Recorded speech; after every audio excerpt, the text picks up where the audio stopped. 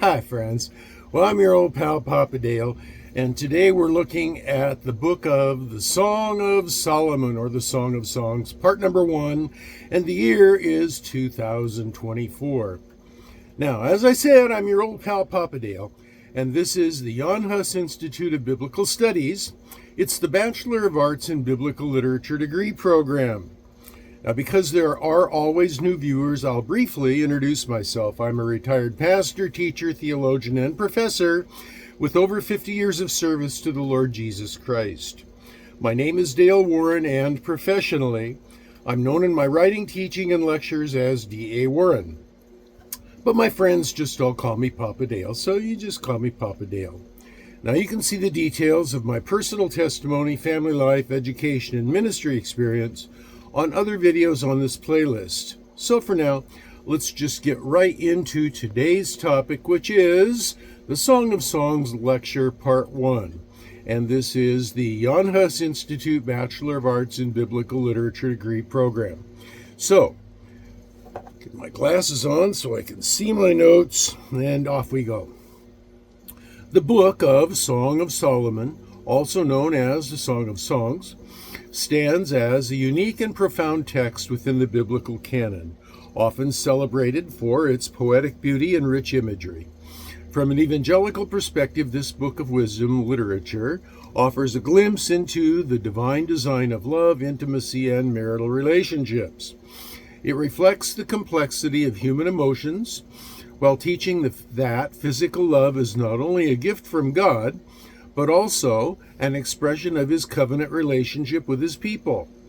By exploring themes such as desire, longing, and the celebration of love, the Song of Solomon invites readers to embrace the beauty of romantic love as part of God's creation, challenging believers to view relationships through a lens that honors both the sacred and the sensual. By examining the Song of Solomon, this study seeks to uncover the theological implications of its verses, considering how the text speaks to contemporary issues surrounding love, sexuality, and marriage within the evangelical community.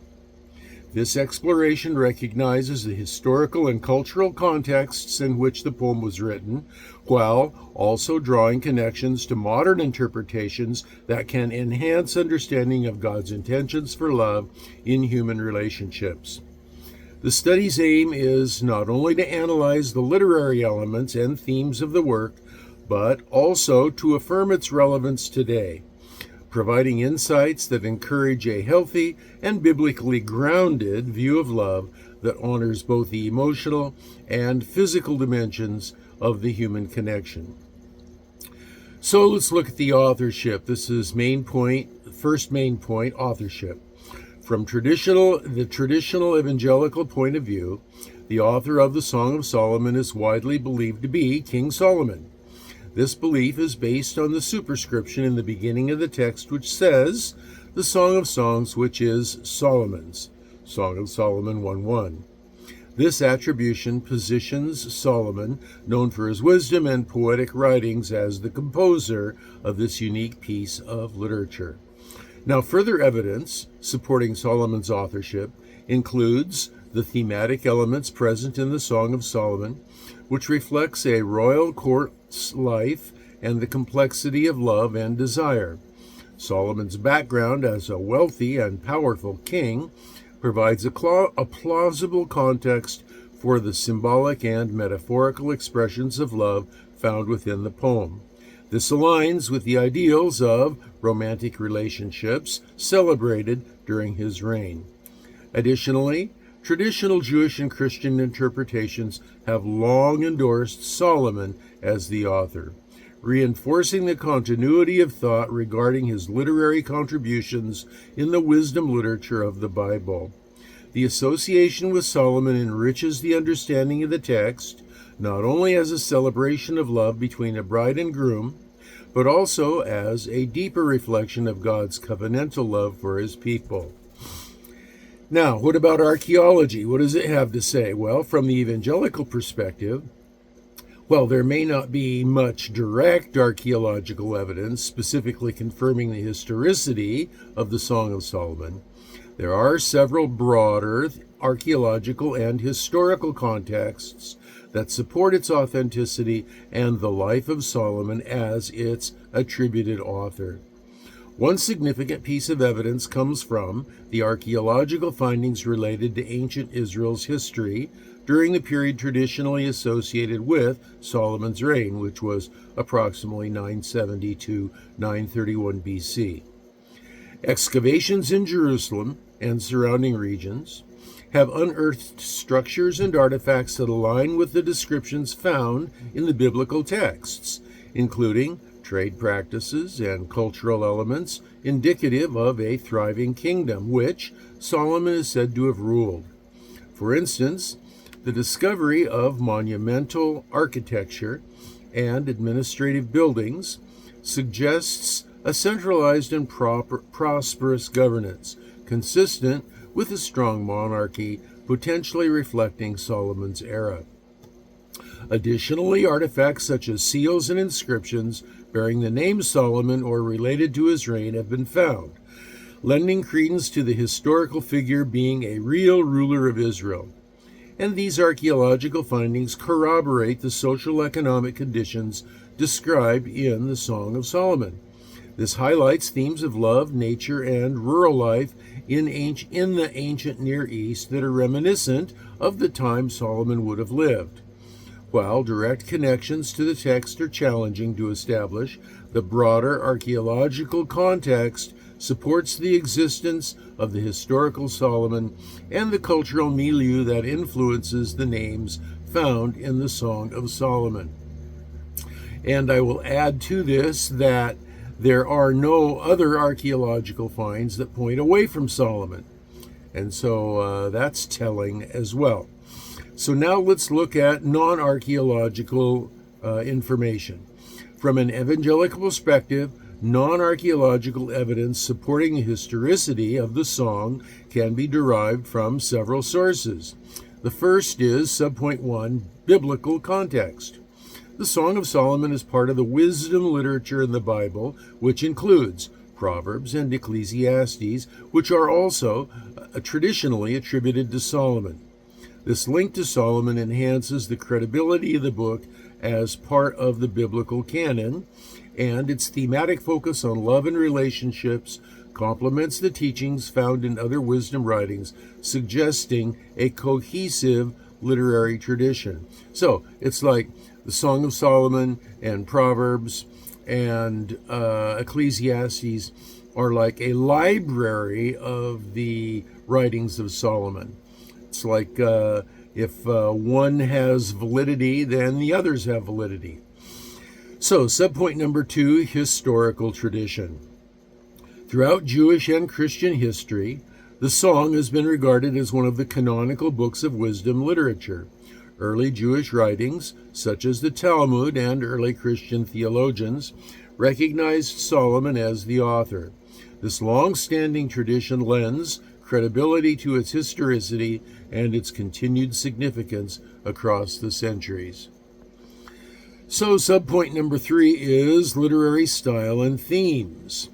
The poetic form and literary style of the song reflects characteristics in ancient Near Eastern love poetry, which contextualizes it within the cultural norms of the time. Its multifaceted expressions of love, beauty, and nature are consistent with what would be expected in a society that valued such themes, aligning with the historical and social understandings of the period attributed to Solomon. So, in other words, the Song of Solomon reads much like other types of literature during that same particular period. So the likelihood is that it came out of history from that same historical period. Subpoint number 4, theological implications. Evangelicals view the song not only as a piece of love poetry, but also as an allegory representing Yahweh's love for his people. This theological interpretation adds depth to its historical significance, as it portrays a divine relationship that transcends time and culture, affirming the book's relevance and its roots in ancient Israel's religious experience. Subpoint number 5, references in other biblical texts. The book is mentioned in other parts of the Bible, and this may serve also as a non-archaeological affirmation of its significance. For example, the references to Solomon's wisdom and reign in other scriptures serve as a backdrop for understanding the context in which the song was written. Now, these forms of non-archaeological evidence collectively support the idea of the traditional understanding of the Song of Solomon's authorship and its place within the broader narrative of the Old Testament, and that it is a genuine reflection of the historical and cultural landscape of ancient Israel. So what is the historical setting for the writing of this book? Well, the understanding of the historical setting of the Song of Solomon is typically grounded in the following contexts. The first subpoint is authorship. The book is traditionally attributed to King Solomon, who reigned over Israel during a time often regarded as a peak of prosperity and cultural flourishing. This attribution suggests the poem was written during the 10th century BC, and this aligns it with historical accounts of Solomon's reign. Subpoint number 2 under historical setting is the cultural context. The song reflects the ancient Near Eastern cultural milieu, particularly regarding love, marriage, and human relationships. Themes of romantic love, beauty, and desire would resonate in a society that held marriage and familial bonds in high regard. The poetic structure and imagery draw heavily on the natural world, which was a common feature in love poetry of the period. And subpoint number 3, the setting in ancient Israel. The book is often seen as set in the rural landscapes of ancient Israel, with descriptions of gardens, vineyards, and pastoral imagery, providing a vividly localized backdrop. This setting enhances the themes of love, fertility, and beauty. Subpoint 4, the allegorical interpretation. Traditional interpretations often extend beyond a straightforward historical setting to include allegorical meanings. The love depicted in the poem is viewed as symbolic of the relationship between Yahweh and Israel, suggesting that the book's spiritual significance is interwoven with its historical context. Subpoint 5, occasion and purpose. The song may be interpreted as a celebration of marital love and intimacy, likely intended for both personal reflection and communal enjoyment. It may also serve as an instructional text on love and relationships within the covenant community, emphasizing the sanctity of love within marriage. In summary, the traditional understanding of the historical setting of the song emphasizes its attribution to Solomon in the context of ancient Israelite culture, celebrating love and relationships against a backdrop of the beauty of nature and profound sense of spiritual allegory. Main point of cultural context. From the evangelical perspective, the traditional understanding of the cultural context of the Song of Solomon includes several key points. Subpoint 1, ancient Near Eastern literature. The song is often viewed as part of the broader genre of ancient Near Eastern love poetry. Evangelicals recognize that similar themes and literary devices can be found in the works of surrounding cultures, such as Egyptian and Mesopotamian literature, and this context enriches the understanding of the text's poetic form, metaphors, and imagery. Subpoint 2, celebration of marital love. The book is seen as a collection of romantic and marital love.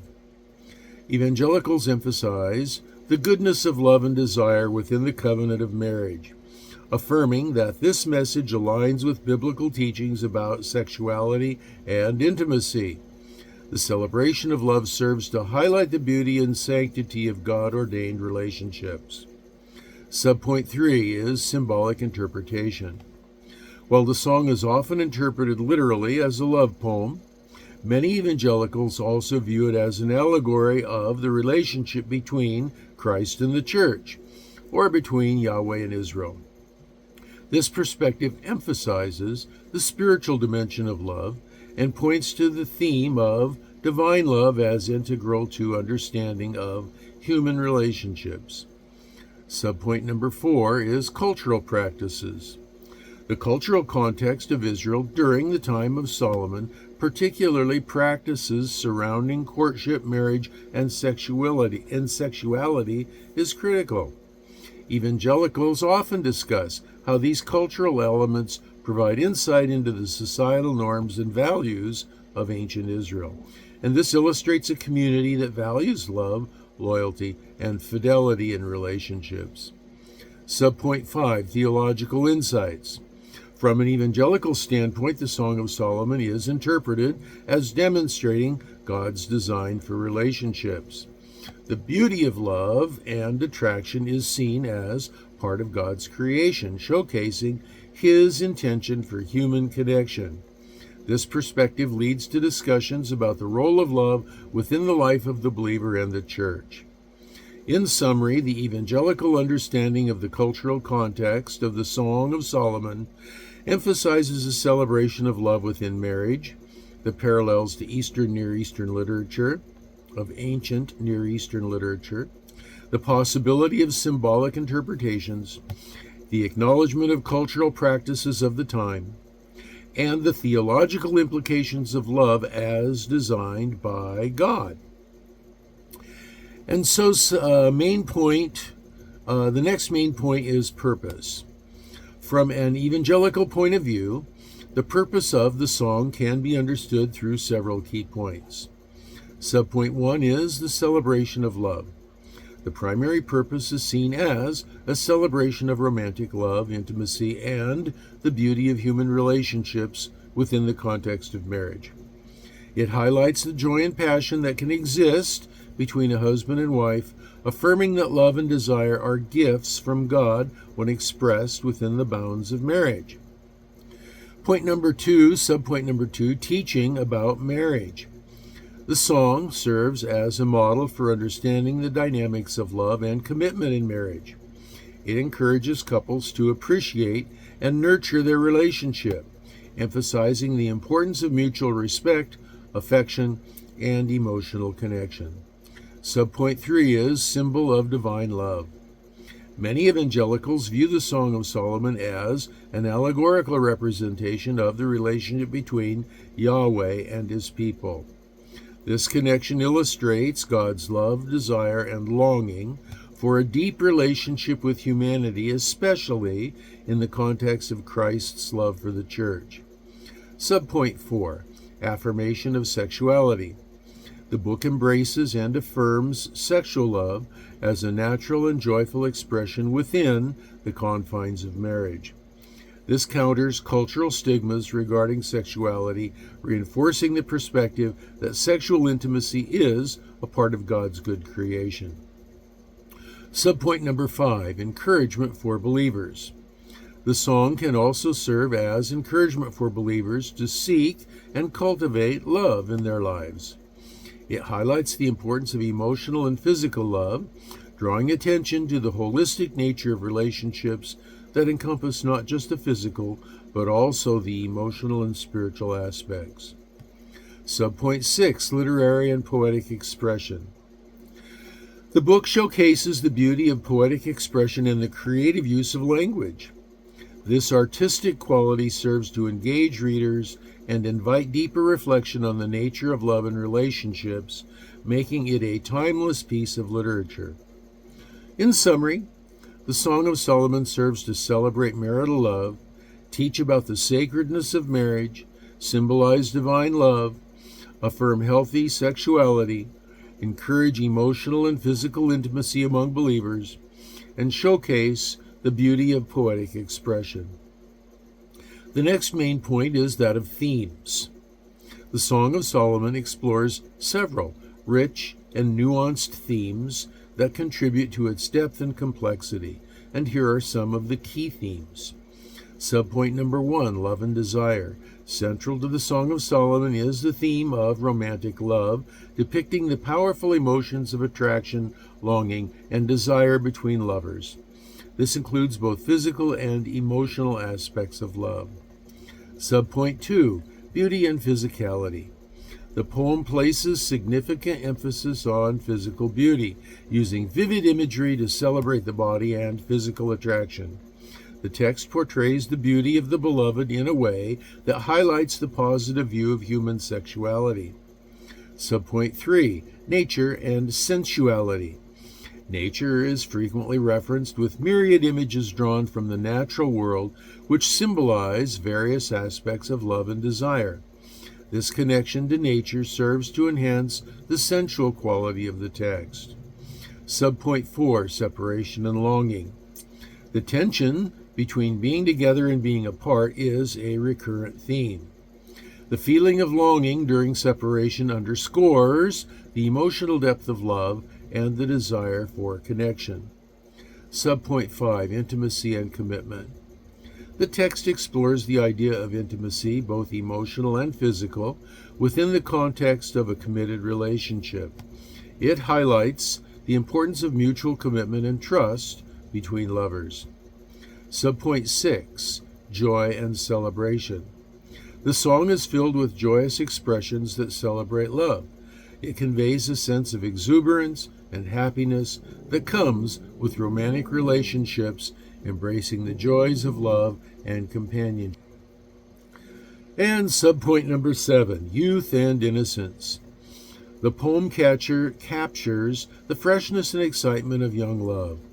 It reflects the innocence and spontaneity often associated with early romantic relationships. Subpoint 8, power and mutuality. The dynamics of power in relationships are explored, particularly how love empowers both individuals. There is a sense of mutual respect and admiration between lovers, highlighting the importance of equality in partnerships.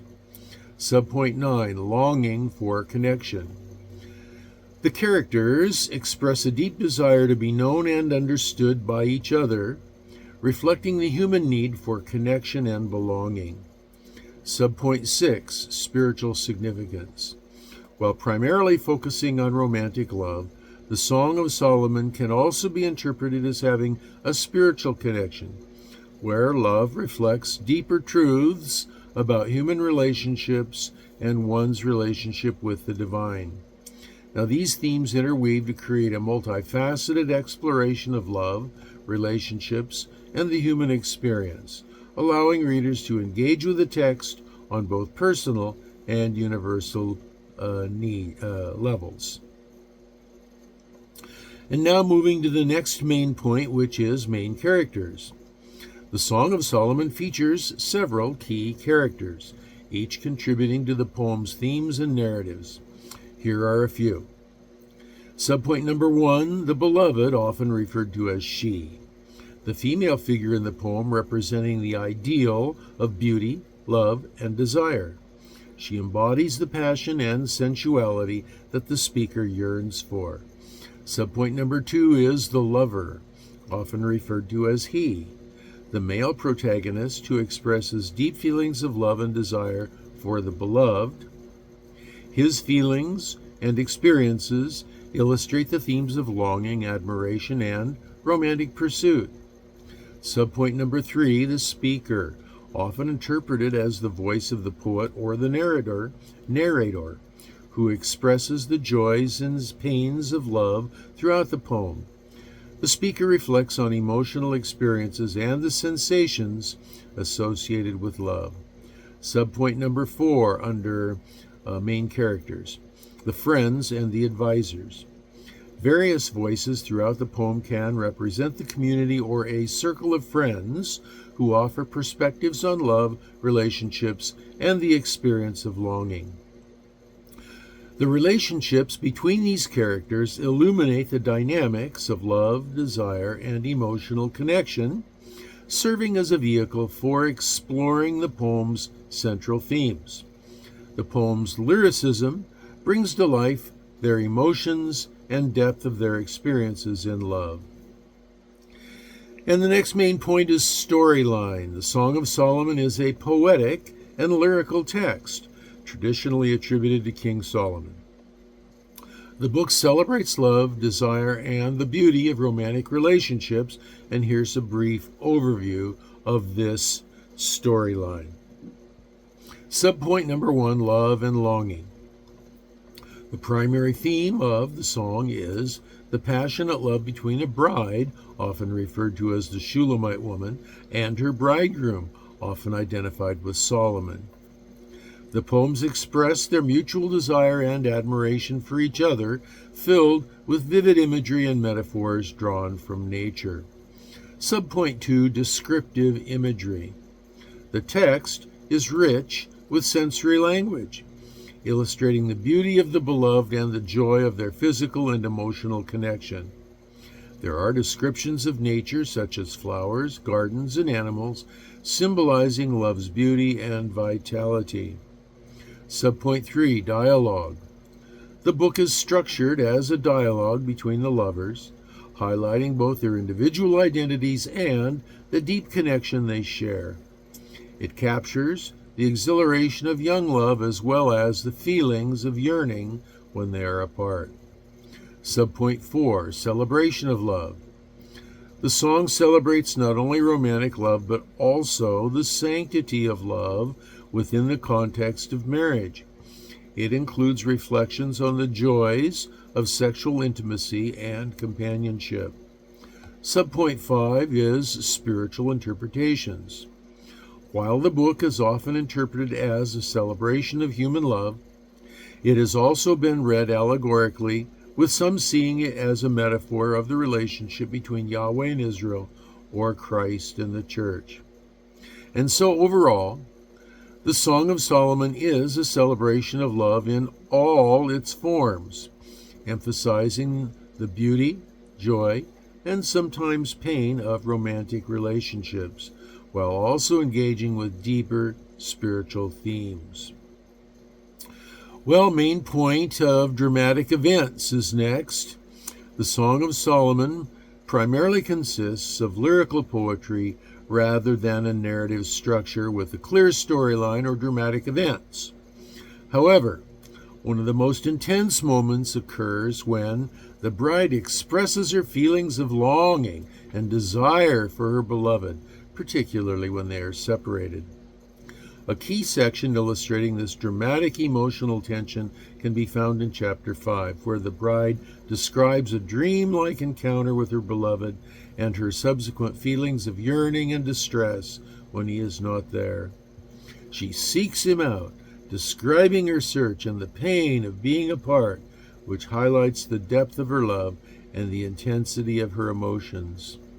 This longing and the powerful imagery used to describe love and desire create a sense of drama and personal engagement throughout the book, reflecting the complexities of love, including desire, separation, and reunion. The interactions express not just romantic love, but also the passion and intensity that come with such feelings. And so I'm your old pal Papa Dale, and this is the year 2024. The lecture you just watched is The Song of Solomon's, Part 1 of 3, for the Jan Hus Institute of Biblical Studies.